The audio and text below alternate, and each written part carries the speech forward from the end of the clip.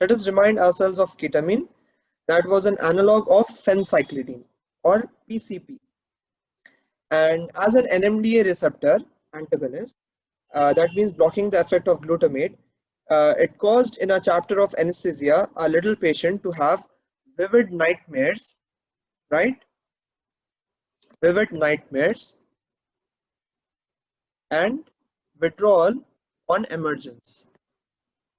Withdrawal on emergence.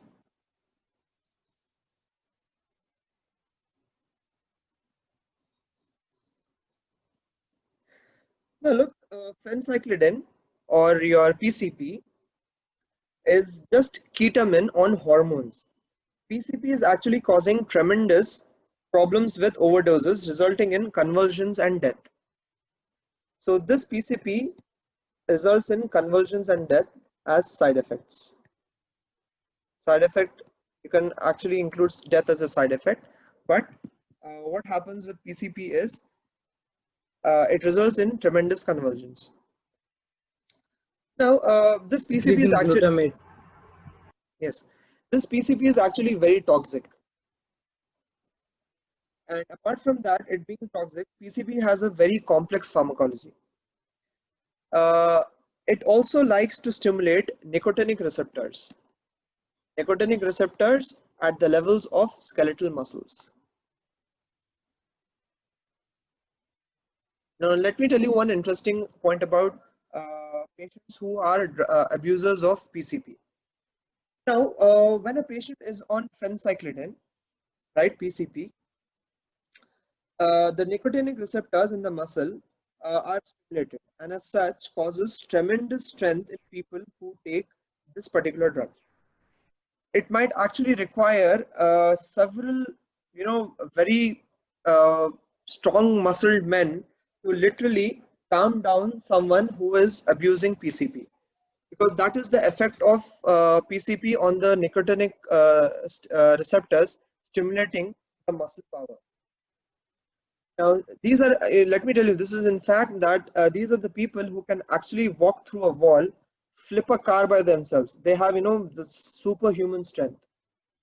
Of course, in that process, they can also suffer from rhabdomyolysis that we have studied earlier, and also acute tubular necrosis. So certainly not a nice drug addict to be dealing with in your emergency. Now, ketamine, on the other hand, as a drug of abuse, is often referred to as Special K. So if you're out on the street and if you ask for Special K, they will give you ketamine. This is actually not acquired in a hospital setup, but it is acquired from veterinary clinics, because you can easily get ketamine from veterinary clinics. Now, as far as anticholinergics are concerned, they have always surprised me. Meaning, how can a young person get a kick out of dry mouth, blurred vision, constipation, and urinary retention? What is the concept behind this? Because anticholinergics, as we all know, they cause dry mouth, they cause blurred vision, constipation, and urinary retention. So how can a patient get high after using anticholinergics? Now, of course, what I have mentioned, these are all the peripheral effects of atopine and atopine-like drugs. In the brain, antimuscarinics causes some nice CNS depressant effects, and as such, depending on the dose, can cause disinhibition or can cause a nice mellowing, just like you would get from alcohol.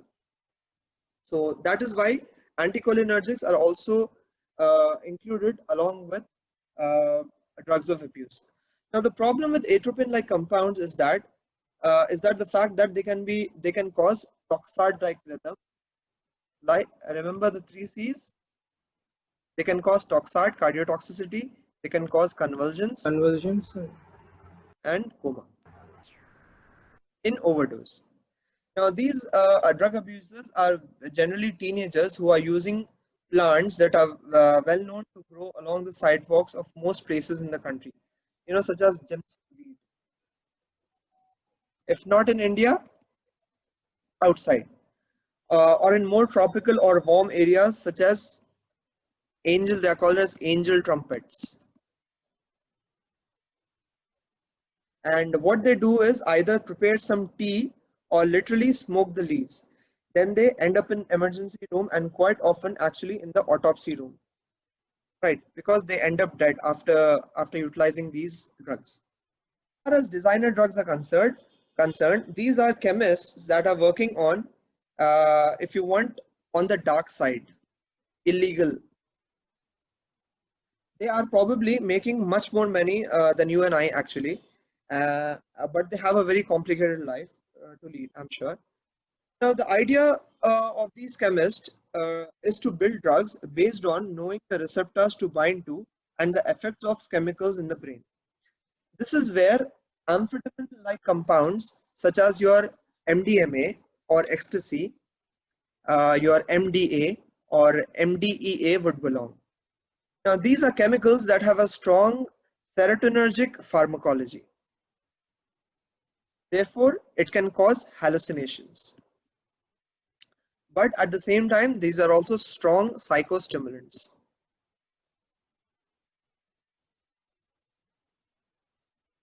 So what you need to worry about here again are young people who are now going to go to some parties which are called as raves or rave parties. And what happens in these rave parties is that these are, incredible parties that would go all night long. And under the influence of these drugs, these youngsters can actually go literally crazy, and they avoid drinking. It could be drinking as in they avoid any type of liquids. They say no to liquids. And because of this, an issue arises for them to die of the consequences of dehydration or renal failure during these rave parties. So these are the certain points that you have to remember with respect to your designer drugs and your rave parties. So when you are on these designer drugs, you don't have the compelling need to take in water or alcohol or any kind of liquids. So what happens is you end up in the emergency room with dehydrative symptoms, and you might actually die of renal failure. Now finally, lastly, we have got inhalants. Now inhalants are so easy to get that this is often a rogue to addiction. That is, people can use glue and sniff it and get a high out of it.